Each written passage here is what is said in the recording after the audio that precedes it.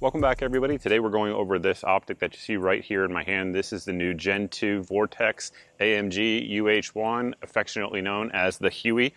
So it is a holographic optic, and it's all American made, and it's got some changes from the original one, most notably being that it does have night vision compatibility, but there is some other stuff as well that we will get through as we go along in the video. So I suppose we'll sort of start back here at the rear and kind of work through it, right? So we do have our controls here on the rear of the optic, and before you guys start asking questions about the EOTechs, I will talk about them later on in the video. So we have our plus and minus buttons. Obviously those are going to increase or decrease rather the intensity or brightness of the reticle. Then we have our night vision mode. There are several night vision options in terms of intensity, and there are a whole bunch of daylight bright options in terms of intensity, but just hitting rather either of the buttons will turn it on. If you press and hold the minus, it will turn it off. Speaking of turning on, it will turn on for 14 hours and auto shut off after that. That said, anytime during the operation, if you either adjust the brightness up or down, that will reset that 14-hour clock. Now, in terms of battery life at the 7 position, which is, kind of like the industry standard, if you will, they rate it for 1,500 hours. So for a holographic sight, that's actually really good. Continuing on to the mount, it's actually a really good mount. It's integral to the optics, so that's one thing that you kind of have to know going into it. It's not really a pro or a con per se, as long as you're aware of it. So the reason it could be a con is, like, let's say you're trying to mount this on like a MP5, like a HK MP5 or something like that. Your cheek weld would be a chin weld because it'd be up too high versus, say, like an Aimpoint Micro or any of those clones that can get a little bit lower on the actual mounting system because the mounts are interchangeable. This one is not, it's fixed. So you kind of got to work with what you got. That said, it gives you a lower 1/3 co-witness on an AR-15, which most people like. It's generally preferred. And then it's quick detach. So basically that is our lock position. This lever is not going anywhere unless we press the lever up front first, open it up, and at that point you can put it on any of your 1913 compatible rails, mount it up, and you're good to go. And as we know, all 1913 rails are not actually in spec, so Vortex was smart enough to think of that, and this little piece over here, you can take a flathead screwdriver and adjust it in or out to give you a little bit more tension or tighten things up. Continuing on the right side of the optic, we do have both of our windage and elevation adjustments. They have plenty of adjustment. I'll actually annotate how much here, but for any of your, relatively in-spec guns, you should be able to be good to go and zero it on there. Each click of your windage and elevation is a half MOA of adjustment. They're crisp, they're audible, they have a little detent there that moves, and mine stayed 0 throughout, so no issues of moving or anything like that. You can adjust it with a flathead screwdriver and or most of your common rifle cases. The cartridge case, you can just use the rim and dial it in like that, so I do like it. It's field expedient in that regard. And then just as I'm looking at it there, it does have some lightning cuts on the body itself back here at the rear, here on the sides, and even the logo, they actually pushed it in a little bit to save a little bit of weight, so that certainly is good. Same is true over here on the left side of the optic, and over here we're finding, again, down here on the bottom, some material cut out. Again, good to go, save the weight, it is good. It's not a super lightweight optic, but it's kind of in the middle of the pack, I guess you'd say. Here we have our new battery compartment compared to the Gen 1, and I do like it. It doesn't have the ability to USB recharge anymore. So if you had a rechargeable 18650 in the past, you could plug in the port and it would recharge it. Now, I don't know a ton of folks that used it. I actually used it a good bit to test the battery life with it, and the battery life with it was trash. So if you were using CR123As, they were just fine. If you're using the rechargeable ones, I'm telling you, it would last like 2 range trips, maybe, if that. So that's probably one of the reasons they went away from it. We do have our battery cap now that has this little piece that you can fold out of the way and then use it to open it up, and it is tethered on there. I'm really not a huge fan of tethering in general. Reason is tethering always breaks. For anybody who's been in the military, most of you guys probably know that. And when it breaks, then people think there's a problem with the product, whereas if they just didn't tether it, no one would ever think that. Anyway, taking it out, it does have a CR123A battery in there. That is what it's powered by. We have good O-ring sealant all the way around. It's water submergible. So, if you're out patrolling as a law enforcement officer or a soldier, whatever the case may be, and it's raining, you don't have to worry about it hunting. Not an issue. And again, you can even submerge it for a good bit of time and not have any issues. The reticle on the optic stayed the same from the Gen 1, at least as far as I can tell with my Mark 1 human eye, and it's basically a modified donut of death that we're used to seeing on EOTechs and other optics out there. So basically we have our outer ring, which is roughly 65 MOA, and then our center dot, which is a 1 MOA dot. That is a nice thing that you get with holographic optics. You get the ability to have a 1 MOA dot, whereas a lot of red dots, you just can't do that. That's changing in 2020, but generally speaking, most of them are still 2 or bigger. So for that extra precision, especially if you're using a magnifier, I do think it's nice. One thing about the actual outer rings on this Vortex versus, you know, other competitive options is that they're segmented. So you actually have less of the target that is obscured as you're looking at it. So you have, in theory, better situational awareness. And also that allows it to, again, just use less energy because it's putting out less emissions of that holographic signature on there. So speaking of signature, there is no forward emission of a electronic signature. So if you are worried about someone with nods seeing you and your optic on, they're not going to do it with this one. You do not see it forward of the optic, so that is, again, one of the other advantages of a holographic sight. And then one thing that's interesting about this particular optic is that it's designed to be zeroed at 50 yards or 200 yards. So that way you zero the dot, you know, at point of aim, point of impact, 50 yards. And if you're doing a CQB type situation where the threat is 10 yards or in, it's designed to use that bottom triangle there as your hold off point. So, you know, if you, instead of having to, you know, if you're going to hold on someone, try to put a round in someone's triangle here, instead of having to hold on the top of their head, you just put that triangle in the optic right where you want it to hit. It should hit. It should be pretty darn close. I've tested it out. It works pretty darn well. And considering the real world CQB type environments where everybody's moving, you're not going to notice the, you know, quarter of an inch difference between 7 yards and 10 yards, at least not in my opinion anyway. So looking through it, one thing that you do notice versus other options out there on the market is that there is a slight blue tint to it, and that's intentional. And I've talked about this in a lot of reviews in the past, but people who want really clear glass on either red dots or holographic optics, if you want that, you're giving something up. There's always a give and a take, right? So look at like the green dot MRO versus the red dot. The green dot MRO is super clear glass. It's some of the cleanest glass you'll ever see on a dot type optic. And the problem is that kills the battery life because it has to project so much harder, because these optics, whether holographic or red dot, being an LED obviously, they're projecting onto a surface, which of course is the lens. And the more reflection that it gets, which is what that blue tint does, the less hard it has to work to project that image onto the surface. So one of the reasons the battery life for a holographic optic is pretty darn good, again, 1,500 hours, in this case, is because of that tint. So I have zero issues with it. I don't ever notice it when shooting, and I wish more optics did that and got away from the clear.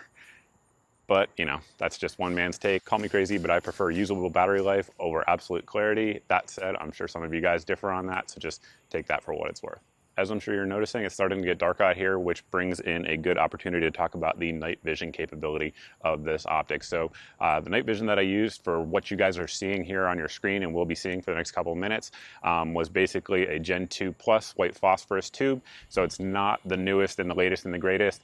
And additionally, I was filming through an iPhone because I don't have any kind of scope mount thing that some folks have out there. I just had to kind of just make it work as best as I could. One thing I would tell you is that in the case of the Huey as well as the EOTech, this is the EXPS3-0, both of these reticles under night vision are way clearer than what you guys see in the images that will be rolled in here on your screen. So the human eye, again, super clean, crisp, and there's no issues there, but focusing through like 18 lenses at once under nods is kind of, you know, it's a suboptimal thing, but I did the best I could to let you guys see something on there. One thing I've read online, I think it was on ARFCOM, was that people were saying you can't really get a good, you know, target ID when using the nods on this because it's not bright enough. Now, one thing I will tell you is that compared to our EOTech, yes, the night vision settings on this are not as bright. The only time I noticed it though was when I was in like not total darkness, and or if I was using an illuminator. If you're using an illuminator and it's like right now, well, you know, 20 minutes from now when it's almost dark, if you're doing that, you do have a tendency to kind of lose it. Now that said, most folks who are actually shooting under nods are doing so with the intention of not giving out a large IR signature. And that's a video for another day because there's some interesting, I have some interesting thoughts on that. But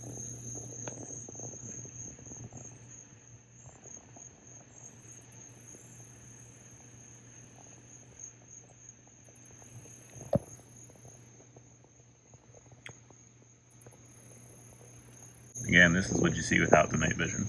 People who are doing that are assuming some sort of near peer threat where, like, i.e. the bad guys have nods and you have nods and you don't want to turn on an illuminator, or you don't want to turn on an IR designator and illuminator because it will give away your position, because of course, you know, laser designators under nods are two-way devices, right? So it gives up your position.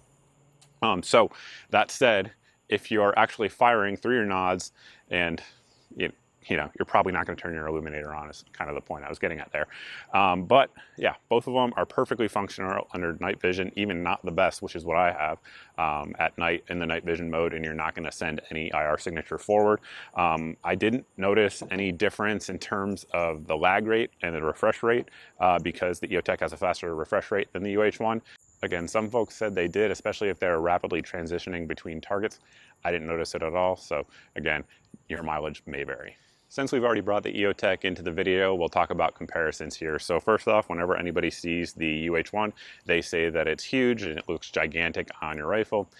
I agree. It does look gigantic on your rifle, but if you look at the overall real estate that both of these take up, it's actually pretty similar. The big difference, of course, is that the hood, the protective hood on the Vortex, goes all the way out versus here stopping short there on the EOTech, and it's a little bit slimmer there on the Vortex as well. And that one of the reasons for that is, of course, the EOTech has that protective hood on it. Now, with that hood, window size, right? Let's talk about that. The window size is almost identical. In fact, I would say, just looking through it, generally speaking, I would say the Vortex is a touch bigger.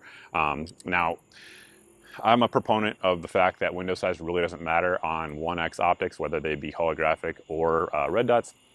Reason for that is if you're shooting with both eyes open, I don't notice a difference. That said, I've had people tell me who have been, you know, guys who have used guns for a living for decades, tell me that window size matters to them in terms of speed. So, you know, again, everybody's perception may be a little bit different. To me, it's not a huge deal. Just shoot with both eyes open.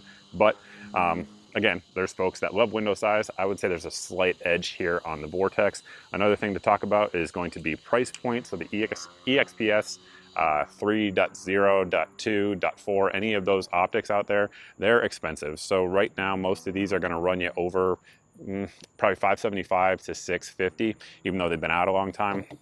This one here, the UH-1, is going to be somewhere in the, depending on sale prices and the time you're watching this video, $450 to $500, somewhere in that range. We'll put a link down below if you guys are looking to pick one up. But that's kind of the comparison as I see it. Both of them are American made. This one here, of course, is very proven at this point. And one of the things I should also point out when comparing these two is that EOTech, you know, had a big scandal with thermal drift years ago. Had to pay out a lot of money to DOD. And they claim that all their new ones with the new logo don't have it. I've not noticed it. But I should point out that the UH-1, it's probably, I can't say impossible that it'll have thermal drift, but it's extraordinarily unlikely because the windage and elevation adjustments are actually made in the mount on the Vortex versus in the optic on the EOTech. And honestly, most optics out there, they're actually made in the optic, not the mount. But I think that's a smart decision there by Vortex to go that route. Another thing I should point out is that holographic sights are parallax free. So what that means is, regardless of where my eye is in terms of relation to the reticle, it's not going to move. So when I put it on one thing, I can move my head all around, shooting from awkward positions, those sorts of things. You're not going to have a parallax shift in the point of impact where your rounds are actually going. Now, that is an advantage over red dots for sure. Additionally, kind of a comparison to red dots, why you might want to go with the holographic optic, is that a lot of folks with astigmatism, I can't speak to all, but a lot of them don't have the issues of starbursting and stuff like that when they go with holographics. That said, holographic optics are designed to be looked through, not at, in terms of the reticle. So the design of them is to look at your target or your threat, not at the actual reticle itself. If you look at the actual reticle itself, it will appear blurry. That's how they're designed. But when you look through them and, you know, through into your target, you won't notice it at all. At least I never have, and it looks nice and clear when you do that as designed. Additionally, why would you go with a holographic over a red dot? In my opinion, In terms of absolute speed, especially when everything is moving, being threats and you, especially in low light as well, add in all those factors, holographic optics are the fastest optics that I've used to date, period, point blank. They're faster than red dots. But again, the huge downside of them, in my opinion, is the battery life. It's just have to know what it is going into it and make your own decision based on your usage. One thing I do like about that 14-hour battery life though, is that, you know, if you want to use this as a home defense option, you can turn it on when you go to bed, and in the morning it'll still be on when you get up. So throughout the night, if there's a bump in the night, it will be ready to go. So I do like that 14-hour battery, you know, auto shut off. It gives you that ability to do that, and really you can do that a lot. You can do the math and just kind of add up when your, you know, battery's going to run out if you actually do that every single night. But regardless, pros and cons there of holographics versus red dots versus EOTechs versus UH-1. And I think with that, we're going to close the video out, guys. I think I covered everything I could outside of just reliability, those sorts of things, and I had zero issues with it of any kind. It was ran primarily on a machine gun and not a light recoiling one at that. And, you know, never lost zero, never had any flashing, never had anything like that. The thing just ran and worked as it should. So all in all, if you're looking for a holographic sight, I would add this one to your list. It's certainly, you know, has performed as advertised, and I don't have anything bad to say about it outside of the, you know, the features and stuff like that we already pointed out. But that's it. If you guys have any questions, you can post them down below in the comments, but the best place to reach me is over at my Facebook page. I do get back to everybody over there. Sometimes it takes me a little bit because there's literally hundreds of thousands of you and only one of me, but I do get back to everyone. So that's it. Thanks for watching. Thanks for subscribing. If you're not subscribed, please go ahead and hit that subscribe button, and I look forward to seeing everybody in the next video.